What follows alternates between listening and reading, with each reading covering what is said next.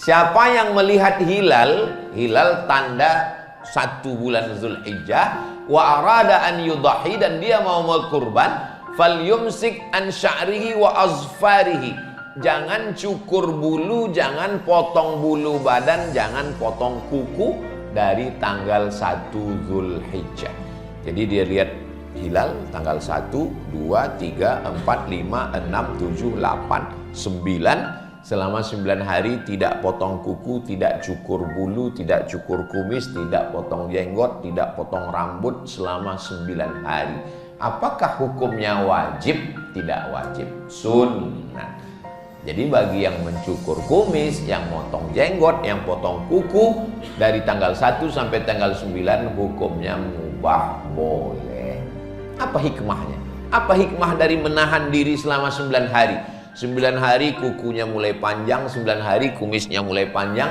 Begitu selesai potong kurban, barulah cukur kumis, potong kuku, suasananya menjadi baru. Orang kan kalau habis potong kumis, potong kuku, itu fresh, baru. Habis potong kurban, ini sebenarnya adalah salah satu terapi yang diajarkan Nabi Muhammad SAW. Tapi hukumnya tidak wajib.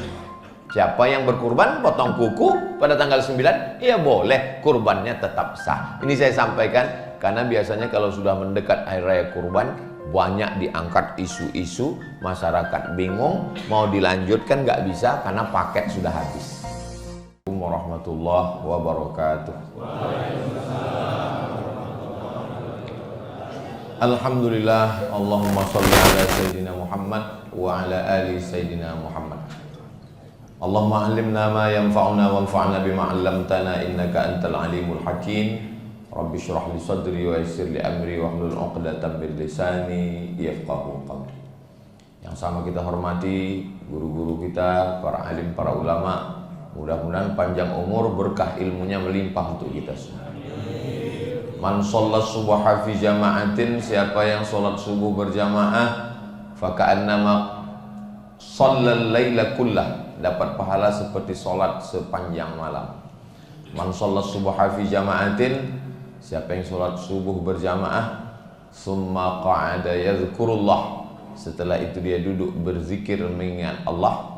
Jadi majelis ilmu ini termasuk majelis zikir karena tidak ada kata yang sia-sia.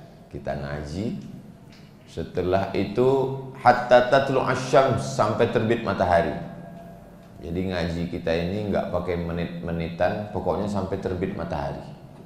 Summa yusalli rak'ataini, setelah itu sholat sunat 2 rakaat. Kanat lahu ka'ajri hajjatin wa umrah, dapat pahala seperti haji dan umrah. Amin ya rabbal alamin. Hadisnya ada dalam kitab Sunan At-Tirmizi. Status hadisnya hadisun hasan. Hadis hasan, tidak ada ikhtilaf, perbedaan pendapat di kalangan ulama. Hadisnya bisa dijadikan sebagai dalil beramal. Kalau bisa dilaksanakan setiap hari bagus, nggak bisa tiap hari ya sebulan sekali, nggak bisa juga setahun sekali, nggak bisa seumur hidup sekali, nggak juga bisa mati aja. Alladzi khalaqal mauta, Allah yang menciptakan mati, wal hayata, Allah menciptakan hidup. Untuk apa Allah buat kita hidup sampai subuh ini? Liyabluwakum ayyukum ahsanu amala, untuk menguji siapa yang paling baik amalnya. Mudah-mudahan amal kita ini amal baik, ikhlas, bisa dibawa sebagai bekal menghadap Allah Subhanahu wa taala. Amin ya rabbal alamin. Biasanya pengajian ada balehonya, ada judulnya. Ini subuh ini judulnya ya terserah saya aja.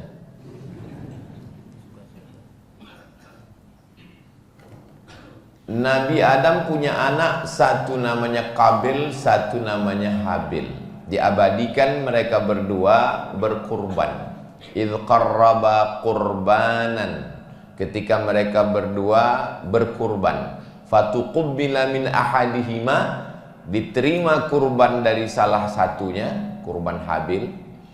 Walam yutaqabbal minal akhar, kurban Qabil tidak diterima. Lalu kemudian Qabilnya marah. Lalu kemudian dia bertanya, kenapa kurbanmu diterima, kurban saya tidak? Jawabannya, innama yataqabbalullahu minal muttaqin. Karena ibadah itu hanya diterima oleh orang yang takut kepada Allah. Mudah-mudahan kita ini semua beramal dasarnya karena takut kepada Allah. Lalu kemudian beberapa masa setelah itu, Adam, Idris, Nuh, Hud, Saleh, sampailah pada masa Nabi Ibrahim alaihissalam. Allah Subhanahu wa taala juga meminta kurban dari Nabi Ibrahim. Allah tidak minta sapinya, Allah tidak minta kambingnya, Allah tidak minta untanya. Yang diminta Allah Subhanahu wa taala yang paling dia cintai, yang ditunggu selama 86 tahun, itulah dia Ismail alaihissalam. Ya bunayya, wahai anakku, inni ara fil manam, saya melihat dalam mimpi saya, anni azbahuka, saya menyembelih lehermu, fanzur madza tara, apa pendapatmu? Kata Ismail menjawab, ya abati, wahai ayah saya, if'al ma tu'mar, laksanakan perintah Allah, satajiduni insyaallah minas sabirin, insyaallah saya sabar menerimanya. Jadi ibadah yang paling berkualitas adalah apa yang paling kita cinta, itulah yang kita kurbankan. Tapi nanti jangan gara-gara ini setelah pulang kata istrinya, kamulah yang paling kucinta mas. Ini perintahnya Allah yang nyuruh. Lalu kemudian ketika sudah sampai di bawah watallahu lil jabin, ketika pisau itu sudah mendekat ke leher Nabi Ismail alaihissalam, lalu Allah menebusnya, fafadainahu bidzibhin azim, kami tebus dia dengan sembelihan yang besar, seekor kambing domba. Inilah dalil sebagian masyarakat kita berkurban seekor domba, karena Nabi Ibrahim ketika itu ditebus anaknya dengan domba. Yang afdol itu domba Pak Ustadz. Saya bilang, ya nanti saya cari dulu di kitab, pokoknya domba. Ternyata dia jual domba. Dia bilang yang afdol domba. Makanya mohon maaf kalau ada di antara bapak yang jual domba. Maka yang ada dalam kitab Al-Fiqhul Islami wa Adillatuh, Syekh Wahbah Az-Zuhaili mengatakan, mana yang lebih afdol? Yang satu lagi mengatakan, siapa yang datang pada hari Jumat saat pertama seperti berkurban seekor unta. Siapa yang datang pada saat kedua seperti berkurban seekor lembu. Siapa yang datang pada saat ketiga seperti berkurban seekor kambing. Berdasarkan hadis ini, yang afdol itu unta. Karena urutannya Nabi menyebut unta dulu, setelah itu lembu, baru kambing. Akhirnya kelahi antara yang mengatakan unta dan kambing. Dan kedua-duanya nggak berkurban. Lalu sebetulnya yang afdol itu mana? Maka kedua-duanya tidak afdol. Yang afdol adalah yang paling banyak dagingnya. Karena kurban itu standarnya dagingnya. Jadi ada orang berkurban 1 ekor kambing, tapi kambingnya kambing besar yang 1 ekor 200 kilo.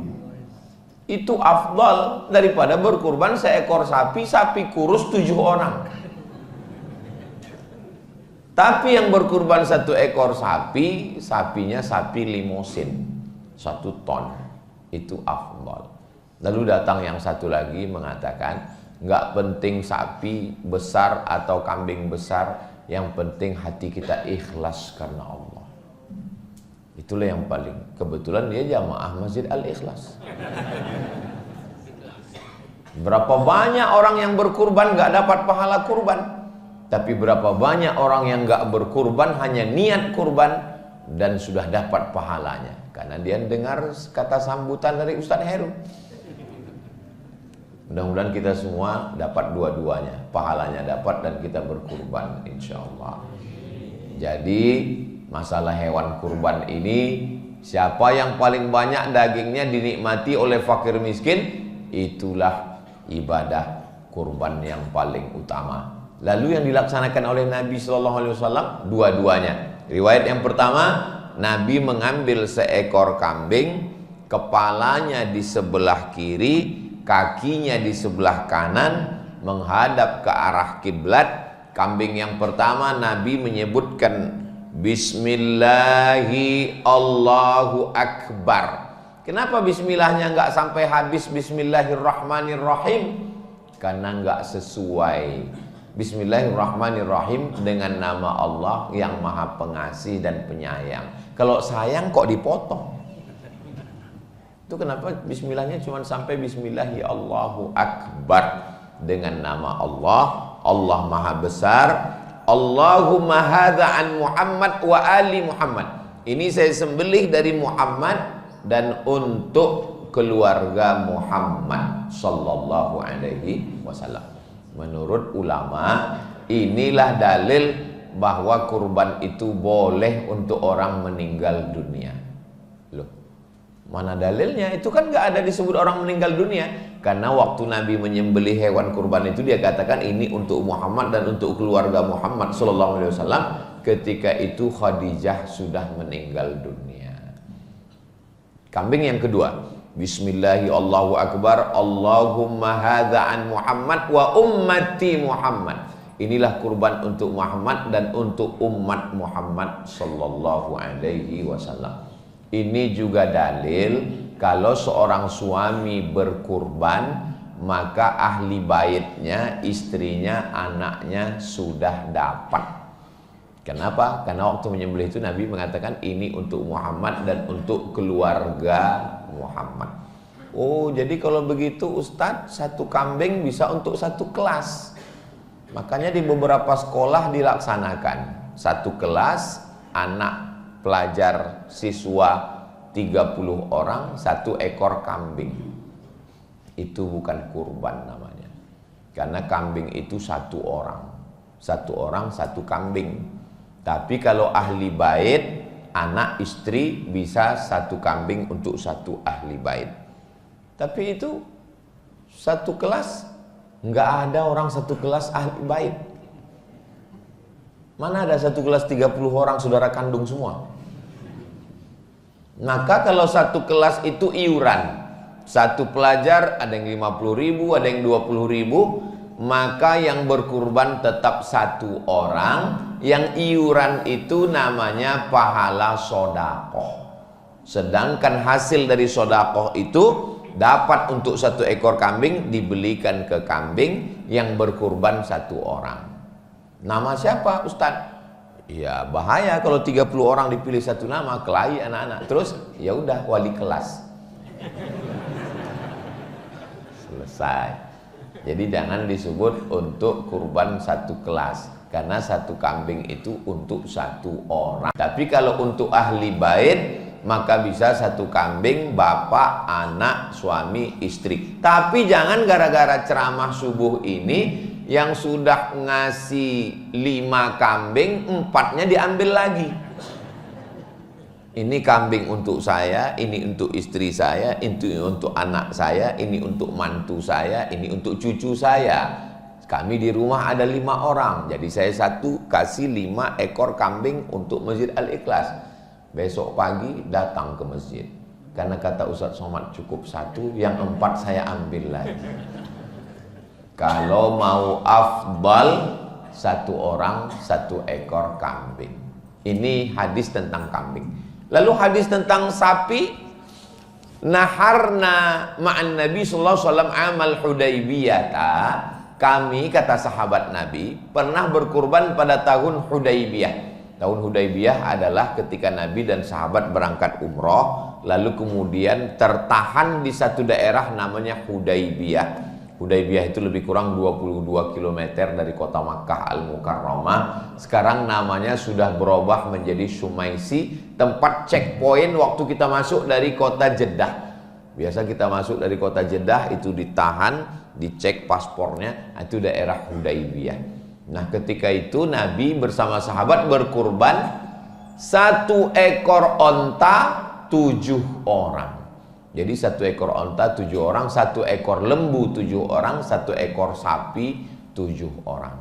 Nah, Nah, jadi apakah boleh dicampur 7 orang itu? Pertama, Bapak Insinyur Pulan. Kedua, Bapak Dr. Andes Pulan. Ketiga, Bapak Kiai Pulan. Keempat, Bapak Jenderal Pulan. Kelima, almarhum. Boleh. Misalnya, ini satu sapi. Saya, anak saya, istri saya, mantu saya, cucu saya, 2 almarhum ayah, almarhumah ibu. Boleh dicampur antara untuk orang yang hidup dan orang meninggal dunia. Lalu kemudian, ini 1 ekor sapi untuk saya, anak saya, istri saya, mantu saya. Yang 3 cucu saya akikah 2 orang laki-laki dan 1 orang perempuan. Kurban 4 campur akikah 3.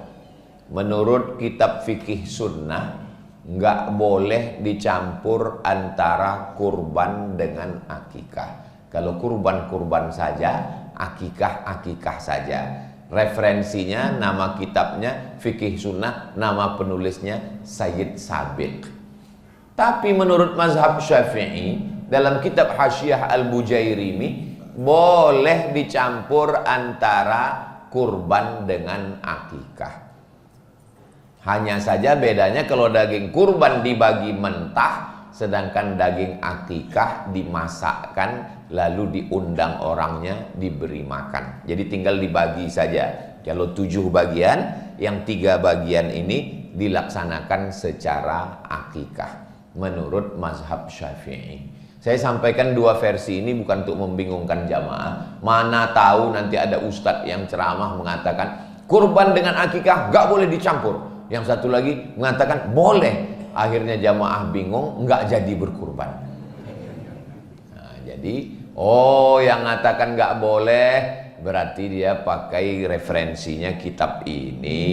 Yang mengatakan boleh berarti dia pakai mazhab Syafi'i dari kitab Hasyiah Al-Bujairimi. Silakan saja, perbuatan ini baik. Nabi SAW berkurban pada waktu haji wada. Beliau menyembelih sendiri 63 ekor unta. Dia sembelih. Setelah selesai 63 ekor. Waktu itu Nabi haji wada umurnya 63 tahun. Berkurban 63 ekor unta. Jadi kalau ada di antara bapak yang umurnya 50 tahun, berarti berkurban 50 ekor unta kali 50 juta. Ustadz, katanya Nabi Muhammad itu miskin, susah, melarat, bajunya compang-camping. Iya, cobalah pikirkan. Kalau memang Nabi itu miskin, susah, berkurban 63 ekor unta. Unta yang paling murah 50 juta. Sebetulnya harganya lebih mahal, tapi karena kita udah lama kenal, ya 50 juta. Bayangkan itu. Nabi itu kaya, cuman hidupnya bersahaja. Dan di total semua, setelah Nabi sembelih 63 ekor, pisaunya diberikan Nabi kepada Sayyidina Ali. Ali, lanjutkan. Sayyidina Ali menyembelih lagi 37. Tambah 63 sama dengan 100 ekor unta. Sekarang, artis menyembelih 1 ekor sapi. Viralnya kemana-mana. 1 ekor sapi limosin. Kalau dibandingkan 1 ekor sapi limosin dengan 100 ekor unta, banyak mana? 100 ekor unta. Makanya kalau ada yang mengatakan kurban itu yang mana yang betul Pak Ustadz? Apakah 1 ekor kambing untuk 1 rumah, 1 ekor kambing untuk 1 orang, 1 ekor sapi untuk 7 orang, atau 100 ekor? Kalau kurbannya VVIP 100 ekor. Itu very important person. Itu yang paling hebat. Tapi kalau yang paling bawah, 1 keluarga, 1 rumah, 1 kambing, itu kelas ekonomi. Saya jelaskan ini semua supaya jamaah nggak bingung. Oh, ternyata yang buat 1 rumah 1 kambing ada. Yang buat 1 kambing 1 orang ada. Yang membuat satu sapi 7 orang ada, yang buat 100 ekor pun ada. Yang nggak bisa 8 orang 1 ekor sapi, itu nggak bisa. Yang satu itu ya udah misahkan diri aja. Tapi nggak bisa Ustadz, kami ini satu geng. Kami kebetulan geng kami memang 8. Ya udah kamu 1 kambing, yang 7 ini. Oh nggak bisa, kami harus selalu bersama. Ya amalan ini nggak bisa menurut perasaan kita. Kita ikuti saja sunnah yang sudah ditetapkan oleh Nabi Muhammad Sallallahu Alaihi Wasallam. Ustadz Somad, ya kebetulan di belakang masjid kami ada gereja. Gerejanya ngasih sapi. Terus ya kami mau kurban, motongnya gimana? Apakah waktu menyembelih itu disebutkan Bismillahi Allahu Akbar dari? Sedangkan syarat beribadah itu kan pertama muslim, kedua baligh, ketiga berakal. Nah, sedangkan ini ada tetangga kawan kita di komplek non muslim ngasih sapi. Apakah kita tolak? Yang ada itu tolak bala. Enggak ada tolak sapi. Terus sapinya diterima sebagai hadiah, diterima oleh pengurus masjid panitia sebagai hadiah. Tapi saat penyembelihan disebutkan nama orang muslim. Nama siapa? Ya nama ketua panitia.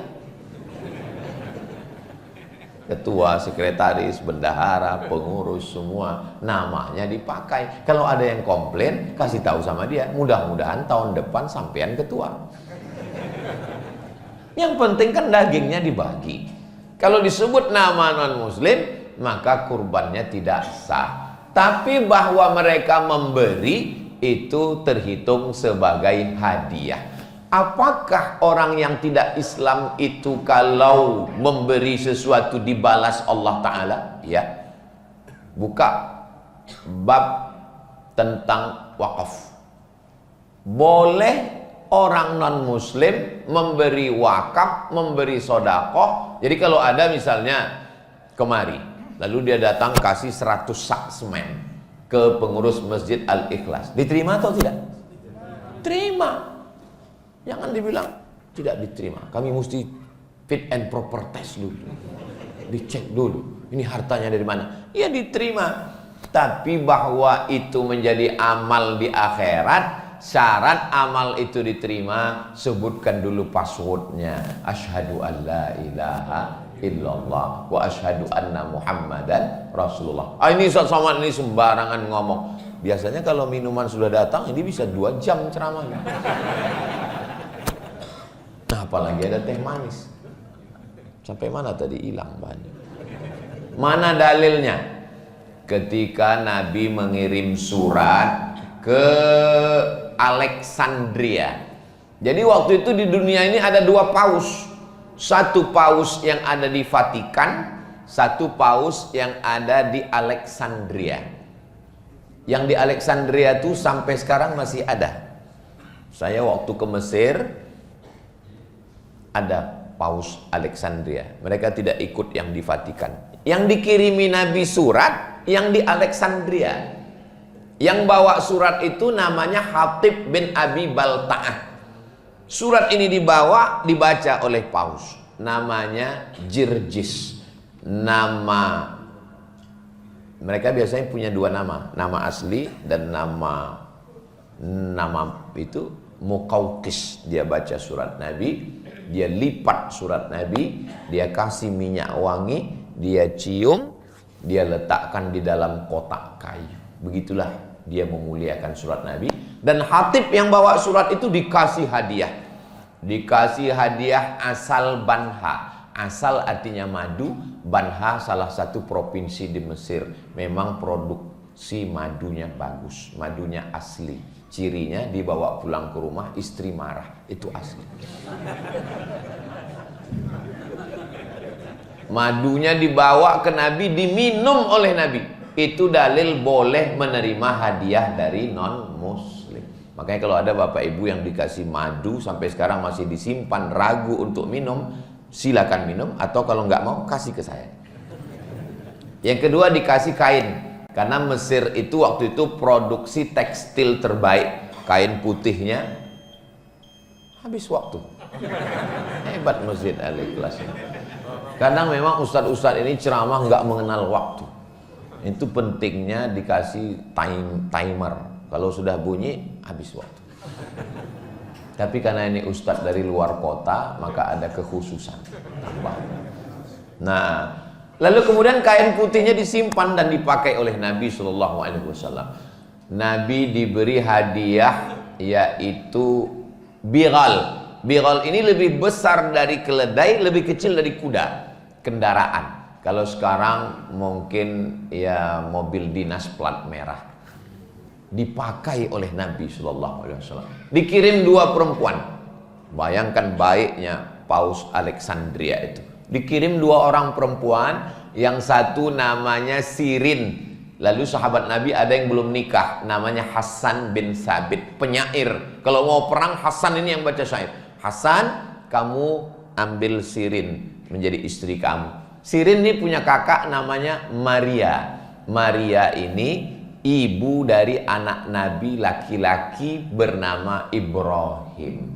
Ibrahim ini adalah anak Nabi, nama ibunya adalah Maria Al-Qibtiyah, perempuan dari Mesir. Ini dalil boleh menerima hadiah dari non-muslim. Nah, jadi kalau ada yang ngasih sapi, ngasih macam-macam, terima saja. Sampai hari ini sudah ada yang ngasih. Berarti mereka belum dengar tausiahnya. Insya Allah nanti akan ada yang ngirim, insya Allah. Nah, lalu kemudian berkurban itu sebagusnya man ra'a hilala Zulhijjah. Hilala Zulhijjah. Siapa yang melihat hilal? Kalau bulannya bulan namanya Badar. Kalau bulannya sabit namanya hilal. Jangan puasa sebelum nampak hilal, dan jangan hari raya sebelum nampak hilal. Makanya ibu yang punya suami namanya Hilal, itu menjelang tanggal 1 tolong sembunyi dulu, karena mereka ini memang dicari-cari. Siapa yang melihat hilal, hilal tanda 1 bulan Zulhijjah, wa arada an yudahi, dan dia mau berkurban, falyumsik an sya'rihi wa azfarihi. Jangan cukur bulu, jangan potong bulu badan, jangan potong kuku dari tanggal 1 Zulhijjah. Jadi dia lihat hilal tanggal 1, 2, 3, 4, 5, 6, 7, 8, 9. Selama 9 hari tidak potong kuku, tidak cukur bulu, tidak cukur kumis, tidak potong jenggot, tidak potong rambut selama 9 hari. Apakah hukumnya wajib? Tidak wajib, sunnah. Jadi bagi yang mencukur kumis, yang potong jenggot, yang potong kuku, dari tanggal 1 sampai tanggal 9 hukumnya mubah, boleh. Apa hikmahnya? Apa hikmah dari menahan diri selama 9 hari? 9 hari kukunya mulai panjang, 9 hari kumisnya mulai panjang. Begitu selesai potong kurban, barulah cukur kumis, potong kuku, suasananya menjadi baru. Orang kan kalau habis potong kumis, potong kuku, itu fresh, baru. Habis potong kurban. Ini sebenarnya adalah salah satu terapi yang diajarkan Nabi Muhammad SAW. Tapi hukumnya tidak wajib. Siapa yang berkurban potong kuku pada tanggal 9, ya boleh, kurbannya tetap sah. Ini saya sampaikan karena biasanya kalau sudah mendekat hari raya kurban, banyak diangkat isu-isu, masyarakat bingung, mau dilanjutkan nggak bisa karena paket sudah habis. Lalu kemudian pada tanggal 9, jangan sampai tinggal puasa. Itu disebut dengan puasa Arafah. Hadisnya ada dalam Sahih Muslim, yukaffirus sanatal madiyata wal baqiyata, mengampunkan dosa setahun yang lalu dan setahun yang akan datang pada tanggal 9 Zulhijjah. Mudah-mudahan kita panjang umur sampai tanggal 9 Zulhijjah. Tanggal 10 Zulhijjah selesai sholat.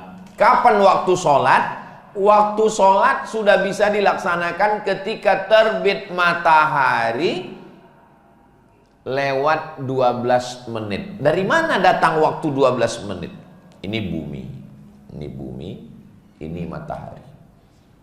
Terbit matahari. Ketika terbit matahari, datang setan menghampiri. Ini matahari bulat, datang setan. Maka disebut waktu tanduk setan. Makanya kalau ketemu cukup assalamualaikum, jangan assalamualaikum. Itu tanduk setan. Ini terbit matahari, datang setan menghampiri, disebut dengan qarnai syaitan, dua tanduk setan. Berapa lama? Setinggi tombak. Ini tombak. Setan menghampiri matahari itu selama setinggi tombak. Setelah dihitung menurut ilmu astronomi 12 menit. Terbit matahari, lewatkan 12 menit. Setelah itu setannya pergi. Kenapa pergi Pak Ustadz? Ya dia kan ada kerjaan lain. Karena waktu inilah yang dipakai untuk menyembah Lata, Uzza, Manat, Hubal, Jibti, Taghut, Naham, berhala. Maka tidak boleh sholat pada saat waktu itu. Lewatkan 12 menit. Setelah lewat setinggi tombak, barulah kita boleh sholat. Namanya sholat sunat isyraqah. Jadi kalau ada orang yang melaksanakan sholat Idul Fitri di waktu ini, sudah mulai boleh. Tapi biasanya kita melaksanakan kalau di Pekanbaru, di Sumatera, di Riau, di Medan, di Aceh, ya sekitar jam setengah 8 atau jam 8. Jangan terlalu panas, jamaahnya nggak tahan. Lalu kemudian mulai bertakbirnya dari mulai tenggelam matahari tanggal 9 sore, masuk malam tanggal 10. Allahu Akbar, Allahu Akbar, Allahu Akbar, la